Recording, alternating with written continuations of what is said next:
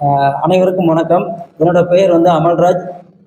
நான் ஓட்ஸா கூட்டமைப்பு, அதாவது ஓட்ஸா உள்ளாட்சி பணியாளர்கள் சங்கத்தினுடைய நிறுவன தலைவர். இந்த கூட்டமைப்பில் சுமார் 1,00,000க்கும் மேற்பட்ட ஊழியர்கள் உறுப்பினர்களாக இருக்கிறாங்க. இதில் சுமார் 60,000க்கும் மேற்பட்ட பெண் பணியாளர்கள் உறுப்பினர்களாக உள்ளனர். எங்களுடைய கோரிக்கைகளை நாங்கள் சுருக்கமாக சொல்கிறோம். அதாவது மத்திய அரசினுடைய தூய்மை பாரத இயக்கம் திட்டம். தூய்மை பாரத இயக்கம் திட்டம் எல்லாருக்குமே தெரியும். அந்த தூய்மை பாரதம் இயக்கம் திட்டத்தின் கீழே ஊரக வளர்ச்சித்துறையில மோட்டிவேட்டர் என்று அழைக்கப்படக்கூடிய சுகாதார ஊக்குநர்கள் 13,000 பேர் இருக்காங்க. நகராட்சி நிர்வாகத்துறையில அனிமேட்டர்ஸ் என்று அழைக்கப்படக்கூடிய பரப்புரையாளர்கள் அதே தூய்மை பாரத இயக்கம் திட்டத்தின் கீழே அவங்க ஒரு 4,000 பேர் இருக்கிறாங்க. அதே போல மக்கள் நல்வாழ்வுத்துறையில மக்களை தேடி மருத்துவ திட்டத்தின் கீழே சுமார் 13,000 பெண் சுகாதார தன்னார்வலர்கள் இருக்கிறாங்க. இதுல 26,000 தூய்மை பணியாளர்கள் இருக்காங்க. 67,000 தூய்மை காவலர்கள், 5,000 பள்ளி தூய்மை பணியாளர்கள், 40,000க்கும் மேற்பட்ட ஓகிஸ்டி மேல்நிலை நீர்த்தேக்க தொட்டி பணியாளர்கள். இந்த பணியாளர்கள் எல்லோருமே இந்த ஓட்ஸா கூட்டமைப்பில் உறுப்பினர்களாக இருக்காங்க. கடந்த 5 ஆண்டுகளாக ஓட்ஸா கூட்டமைப்பு பல்வேறு போராட்டங்களை நடத்தி பல்வேறு அரசாணைகளை பெற்று தந்துள்ளது.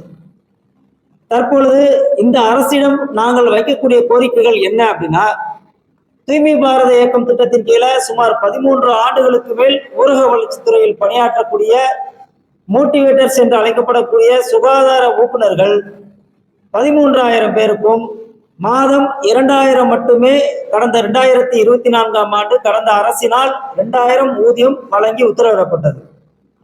ஒரு சுகாதார ஊக்குனர் என்பவர் அந்த ஊராட்சிகளில் இருக்கக்கூடிய அத்தனை தூய்மை பணிகளையும், அதாவது தூய்மை காவலர்களை கண்காணிக்கும் பணியிலிருந்து தன்னுடைய மொபைல் ஆப் மூலமாக ஒவ்வொரு நாளும் அங்கு சேகரிக்கக்கூடிய குப்பைகளை அந்த குப்பைகளை நிர்வகிக்கக்கூடிய வேலைகளை செய்து வருகிறார்கள். இது தவிர ஊராட்சியால் வழங்கப்படக்கூடிய பல்வேறு கணக்கெடுப்புகளையும் அவர்கள் தான் நடத்தி வருகிறார்கள். அதே போல நகராட்சி நிர்வாகத்துறையில் பணிபுரியக்கூடிய அனிமேட்டர்ஸ் என்று அழைக்கப்படக்கூடிய பரப்புரையாளர்களும் அதே போலதான் தூய்மை பாரத இயக்கம் திட்டத்தினுடைய அந்த ஏரியாவுடைய அத்தனை தூய்மை பணிகள், சென்சஸ் எல்லா வேலைகளும் செய்து வருகிறார்கள். மக்களை தேடி மருத்துவ திட்டத்தில் பணியாற்றக்கூடிய 13,000 சுகாதார தன்னார்வலர் பெண்கள் அந்த ஏரியால வீடு வீடாக சென்று மருந்து கொடுப்பதில் இருந்து தொற்று நோய்களை எல்லாம் கண்டறிந்து அதற்கான சிகிச்சைகளை வீட்டிற்கே சென்று வழங்கக்கூடிய ஒரு உன்னதமான பணியை செய்து வருகிறார்கள். இந்த 3 பேருக்குமான பொது கோரிக்கை ஊதிய உயர்வு வழங்க வேண்டும் என்பதுதான். இதிலே அனிமேட்டர்ஸ் என்று, அதாவது நகராட்சி நிர்வாகத்துறையில் பணியாற்றக்கூடிய அனிமேட்டர்ஸுக்கு பொறுத்த மட்டும் அவங்களுக்கு வருகிற 31/7/2026 அவர்கள் பணி செய்யக்கூடிய சுமார் 8 சொசைட்டிகளுடைய பதவிக்காலம் முடிவடைகிறது. அந்த சொசைட்டிகளுடைய பதவிக்காலம் முடியும் போது இந்த 4,000 பணியாளர்களும் தங்களை வேலை இழக்கக்கூடிய அபாயம் ஏற்பட்டுள்ளது. அந்த 4,000 பணியாளர்களுக்கும் மீண்டும் பணி வழங்க வேண்டும். அந்த ஏற்கனவே உள்ள அந்த 8 சொசைட்டிகளையும் கலைத்து விட்டு அரசு சார்ந்த நிறுவனமோ அவர்களுக்கு ஊதியம் வழங்க வேண்டும், அவர்களது பணிகளை நிர்வகிக்க வேண்டும் என்ற கோரிக்கையை நாங்கள் வைக்கிறோம். அதே போல தலைமைச் செயலகத்திலே அரசு ஊழியர்கள், அதாவது அரசு நலன் சார்ந்த சங்கங்கள் செல்லும் பொழுது அவர்களை அங்குள்ள காவல்துறையினர் தீவிரவாதிகளை போல நடத்துகிறார்கள். அவர்களை உள்ளே அனுமதிப்பதில்லை. கடந்த ஆட்சியின் போது நாங்கள் தலைமைச் செயலகத்தில் நாங்கள் எளிதாக சென்று வர முடிந்தது. ஆனால் இந்த ஆட்சியிலே நாங்கள் எளிதாக தலைமைச் செயலகத்தில் சென்று ஒரு அமைச்சரையோ ஒரு அதிகாரியோ சந்திப்பதற்கு வாய்ப்பே இல்லை.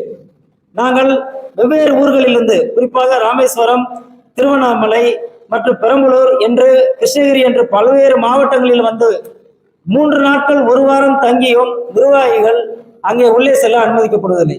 குறிப்பாக நகராட்சி நிர்வாகம் மற்றும் குடிநீர் வழங்கல் துறையை பொறுத்த மட்டிலே அந்த துறையினுடைய அமைச்சர் மாண்புமிகு தமிழக முதல்வர் தான். மாண்புமிகு தமிழக முதல்வர் அவர்களை அவ்வளவு எளிதாக சந்திக்க முடியாது என்பது நமக்கு தெரியும். ஆனால் அதற்கு கீழே கூடுதல் தலைமைச் செயலாளராக இருக்கக்கூடிய திரு ககன்தீப் சிங் பேடி அவரும் பிஸியா இருக்காரு. அவரையும் எளிதாக சந்திக்க முடிவதில்லை. நாங்கள் சுமார் 1 மாதம் 2 மாத காலமாக அவரை பார்ப்பதற்கு காத்து கிடைக்கிறோம். ஆனால் அவங்களுடைய பிஏ சார் பிஸியா இருக்காருன்னு சொல்றாங்க. இப்போ 31/7/2026 இந்த பரப்புரையாளர்களுடைய பணி முடிவடைய போது இதற்கு நாங்கள் யாரிடம் சென்று முறையிடுவது என்று தெரியவில்லை. ஆனால் பேரூராட்சிகள் இயக்குநரை சென்று சந்தித்து அதற்கான கோரிக்கை மனுவை அளித்துள்ளோம். அவர் அரசு என்ன கொள்கை முடிவு எடுக்கிறதோ அதை நான் செயல்படுத்துவேன் என்று உறுதியாக கூறியுள்ளார்.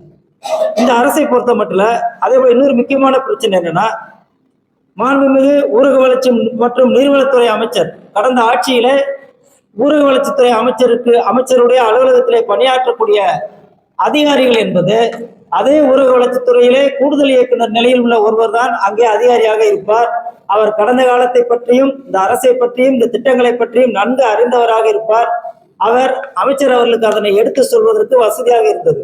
ஆனால் இந்த ஆட்சியில ஊரக வளர்ச்சி மற்றும் நீர்வளத்துறை அமைச்சர் அவர்களுக்கு கீழே பணிபுரியக்கூடிய அதிகாரிகள் அனைவருமே வெவ்வேறு துறை சார்ந்தவர்கள். வருவாய்த்துறை, கமர்ஷியல் டேக்ஸ் என்று வெவ்வேறு வெளித்துறைகளிலிருந்து அவர்கள் பணியாற்றக்கூடிய அலுவலர்களுக்கு நாங்கள் சொல்லக்கூடிய குறைபாடுகள் அவங்களால புரிந்து கொள்ள முடியவில்லை. அதாவது புதிய அதிகாரிகள், புதிய அமைச்சர்கள், புதிய அமைச்சருடைய பிஏக்கள் என்று எல்லோருமே புதிதாக திடீரென்று மாறிவிட்டதால் எங்களால் எங்களுடைய கோரிக்கைகளை எங்கே சென்று சொல்வது என்று எங்களுக்கு தெரியல.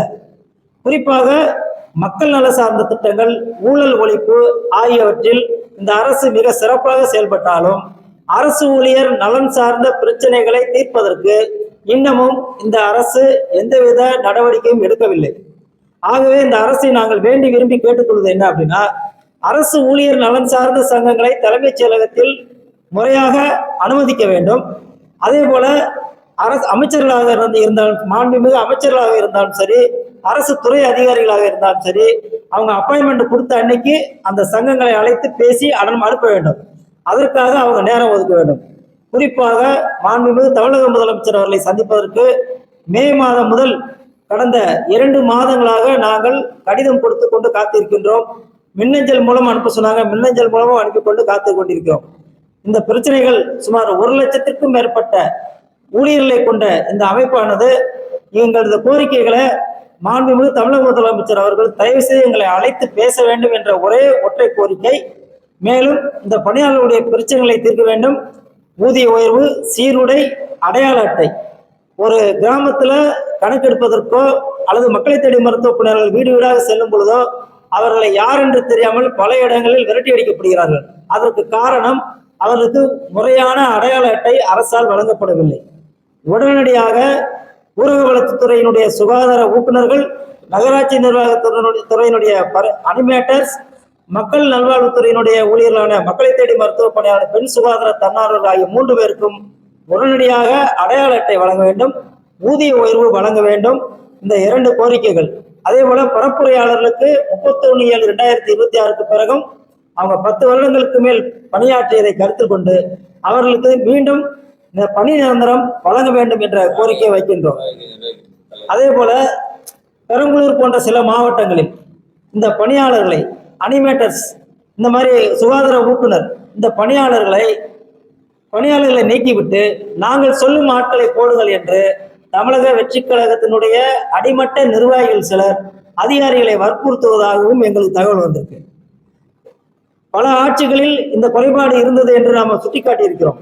அதே விஷயத்தை ஒரு தூய சக்தி என்று சொல்லக்கூடிய இந்த அரசிலும் அங்குள்ள கட்சி நிர்வாகிகள் அரசினுடைய இந்த பணியாளர் நியமனங்களில் தலையிடக்கூடாது என்று நாங்கள் வேண்டி விரும்பி கேட்டுக்கொள்கின்றோம்.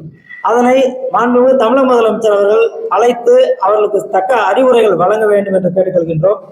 அதே போல தூய்மை பணியாளர்கள் 2013க்கு முன்னால் நியமனம் செய்யப்பட்ட சுமார் 834 தூய்மை பணியாளர்களுக்கு இதுவரை சிறப்பு கால முறை ஊதியம் வழங்கப்படவில்லை. 2013ஆம் ஆண்டு நியமனம் செய்யப்பட்ட தூய்மை பணியாளர்கள் அனைவரும் சிறப்பு கால முறை ஊதியம் வாங்கிவிட்ட நிலையில அதற்கு முன்னதாக நியமனம் செய்யப்பட்ட 834 தூய்மை பணியாளர்கள் சிறப்பு கால முறை ஊதியத்தை இதுவரை வாங்கவில்லை. அதே போல தூய்மை காவலர்கள் மாதம் 6000 மட்டுமே ஊதியம் வாங்குகிறாங்க. ஆந்திராவில் திரு ஜெகன்மோகன் ரெட்டி முதலமைச்சராக பதவியேற்றவுடன் அவர் செய்த முதல் காரியம் அந்த ஆந்திராவில் உள்ள தூய்மை பணியாளர்களுக்கு 18,000 ரூபாய் ஊதிய உயர்வை உடனே அறிவித்தார். அதே போல எளியவர்கள் மீது கருணை உள்ளம் கொண்ட மாண்புமிகு தமிழக முதலமைச்சர் அவர்கள் தூய்மை பணியாளர்கள், தூய்மை காவலர்களை அழைத்து பேசி இந்த ஊராட்சி, நகராட்சி, மாநகராட்சிகளில் பணிபுரியக்கூடிய தூய்மை பணியாளர்களுடைய நிர்வாகிகளை அழைத்து பேசி அவர்களுக்கான கோரிக்கைகளை உடனடியாக நிறைவேற்றி தர வேண்டும் என்று நாங்கள் வேண்டி விரும்பி கேட்டுக்கொள்கின்றோம். அதே போல மாதம் 250 ரூபாய் ஊதியம் மட்டுமே பெறக்கூடிய மேல்நிலை நீர்த்தேக்க தொட்டி இயக்குபவர்கள் ஒவ்வொரு ஊராட்சியிலும் பணிபுரிகிறார்கள். சுமார் 5000த்திற்கு மேற்பட்ட பணியாளர்கள் மாதம் 250 ரூபாய் ஊதியம் மட்டுமே வாங்குறாங்க. அவங்க ஊராட்சியினுடைய கணக்கு எண் 1லிருந்து ஊதியம் வாங்கிட்டு இருந்தாங்க.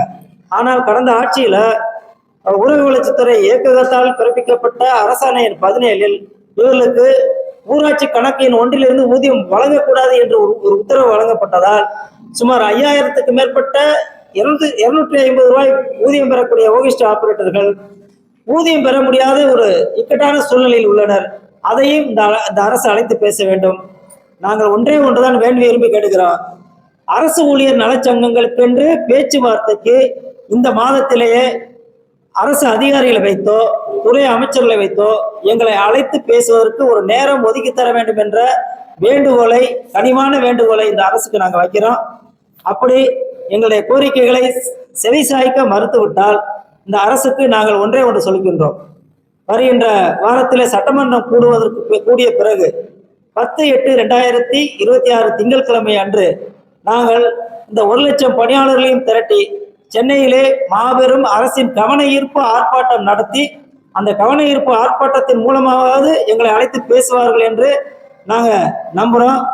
அதற்கு பிறகும் எங்களுடைய கோரிக்கை செவிசாய்க்கப்படாவிட்டால் நாங்கள் 15/8/2026 முதல் இந்த 1 லட்சம் பணியாளர்களும் உள்ளாட்சி பணியாளர்கள் இந்த 1 லட்சம் பணியாளர்களும் காலவரையற்ற வேலை நிறுத்தம் செய்வது என்று நாங்கள் முடிவெடுத்துள்ளோம். அதை இந்த பிரஸ் மூலமாக நாங்கள் இந்த அரசுக்கு தெரிவிக்க விரும்புகிறோம்.